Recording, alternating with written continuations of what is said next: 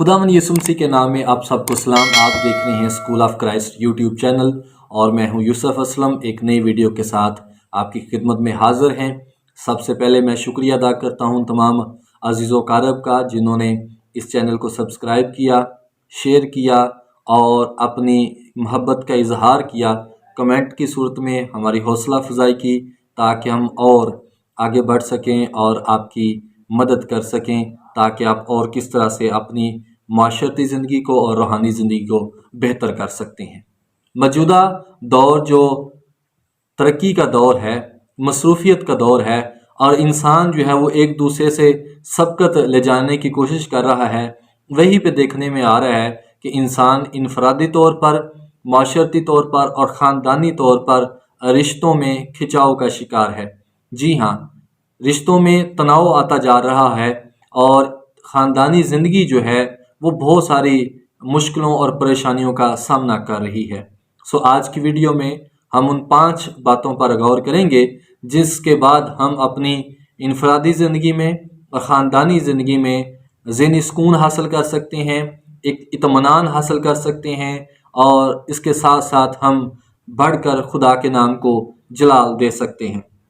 जी हाँ, तो आइए उन बातों पर हम गौर करते हैं। तो सबसे पहली जो बात है वो है नरम लहजे में गुफ्तगू करना।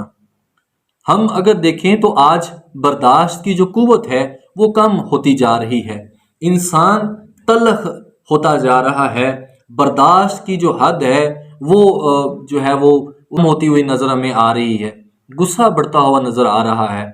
लेकिन अजीज़ो, कलाम मुक़द्दस में लिखा है कि नरम ज़ुबान जो है वो हड्डी को भी तोड़ देती है।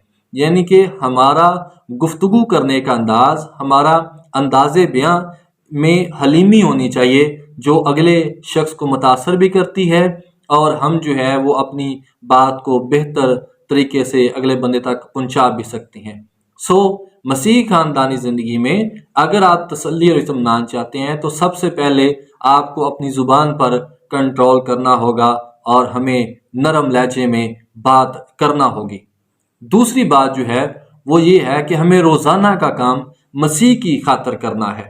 देखिए, अगर हम जॉब करते हैं, काम करते हैं तो हम उस मुआवजे की खातर करते हैं कि जी हमें महीने बाद वो सैलरी मिल जाएगी, उसका मुआवजा मिल जाएगा, उजरत मिल जाएगी।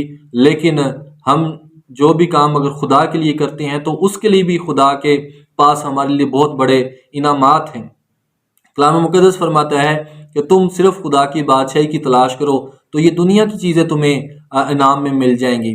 सो हमें इनाम लेने के लिए हर वक्त तैयार रहना है। हमें खुदा की तरफ से जो हमारे लिए मंसूबे हैं हमें उनको पूरा करना है और दिलो जान से अपने सारे काम जो हैं वो खुदा के लिए करने हैं और रोज़मर्रा ज़िंदगी में अव्वल और उत्तम दर्जा खुदा की ज़ात को देना है ताकि खुदा हमारी ज़िंदगियों से खुश हो जाए। नंबर 3 जो है वो मकासद नेक रखना है। यानी कि मकासद की अगर हम तशरीह को देख लें तो कोई हदफ या कोई मकसद या कोई ख्वाहिश जिसके लिए आप तगो-दो करते हैं। एक स्टूडेंट जो है वो इसलिए मेहनत करता है ताकि वो अच्छे नंबरों से पास हो सके। अगर कोई शख्स जॉब करता है तो इसलिए करता है ताकि उसका जो बॉस है वो खुश हो जाए। लेकिन हमें क्या करना है कि हमें अपने मालिक खुदा, अपने आका, अपने रब को खुश करना है। हमारे मकासद इसलिए नेक होने चाहिए, ना सिर्फ उससे हमारी ज़ाती ज़िंदगी जो है वो सुकून में रहेगी बल्कि हमारे इर्द गिर्द जो हमारे तल्लक में हैं वो भी हमसे परेशान नहीं होंगे। हमें अपनी सोचों को मुस्बत रखना है, ख्यालात को मुस्बत रखना है ताकि हमारी ज़ात से अगले शख्स का फ़ायदा ही हो। सो हमने पहले बात की है कि हमें ख़ानदानी ज़िंदगी में जो है वो तसल्ली और इत्मीनान के लिए, सुकून के लिए नरम लहजे से जो है वो गुफ्तगू करना होगी और रोज़मर्रा का काम मसीह की खातर करना होगा। और नंबर 3 हमने बात की है कि हमें मकासद जो है वो नेक रखना होंगे। नंबर 4 पे हम देखते हैं कि हमें ऐसी मोहब्बत रखनी है जैसी मसीह यीशु ने हमसे रखी है।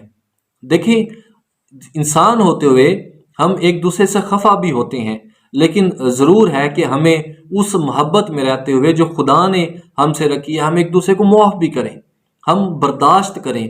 کیونکہ خدا نے ہم سے ایسی محبت رکھی کہ اپنے اکلوتے بیٹے کو ہماری خاطر بخش دیا۔ جب ہم گناہ میں تھے، شیطان کے ہاتھوں میں تھے، جکڑے ہوئے تھے، طریقی ہم پر غالب آئی تھی، عین اس وقت خدا کے بیٹے یسوع مسیح نے ہمارا کفارہ دیا ہے، ہمیں طریقی قوتوں سے چھڑایا ہے اور ہمیں اپنے لے پالک ہونے کا حق بخش دیا ہے، فرزند بنا لیا ہے، اپنی میراث کا حصہ ہمیں کر لیا ہے، اور ہم خدا کے فرزند ہوتے ہوئے ہمیں یہ لازم ہے اور ہم پر فرض ہے کہ ہم بھی ایسی ہی محبت رکھیں جیسے باپ نے ہم سے رکھی ہے۔ نمبر 5 پہ ہم بات کریں گے کہ ہمیں ایک دوسرے کو معاف کرنا ہے۔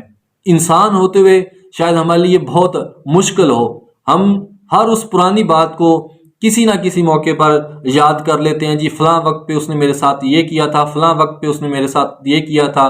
تو ہم نے بہت سا دفعہ اس چیز کو سنا بھی ہے کہ جی شاید اسے معاف کرنا میرے لیے بہت مشکل ہے، میں اسے معاف نہیں کر سکتا، لیکن یہ خدا کی منشا ہے کہ ہمیں ایک دوسرے کو معاف کر کر آگے بڑھنا ہے۔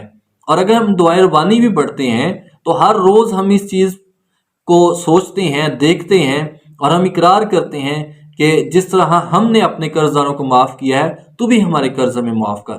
یعنی کہ اگر ہم یہ چاہتے ہیں کہ ہمیں خدا معاف کرے تو سب سے پہلے ہمیں معاف کرنا ہوگا، یہ معافی کا قدم پہلے ہمیں اٹھانا ہوگا، تب جو ہے وہ خدا ہمارے قصوروں کو، ہمارے قرضوں کو جو ہے وہ معاف کرے گا۔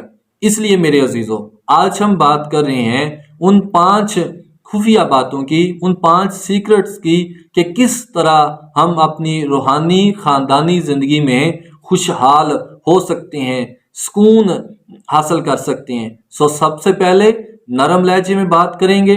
نمبر 2، روز کا کام مسیح کی خاطر کریں گے۔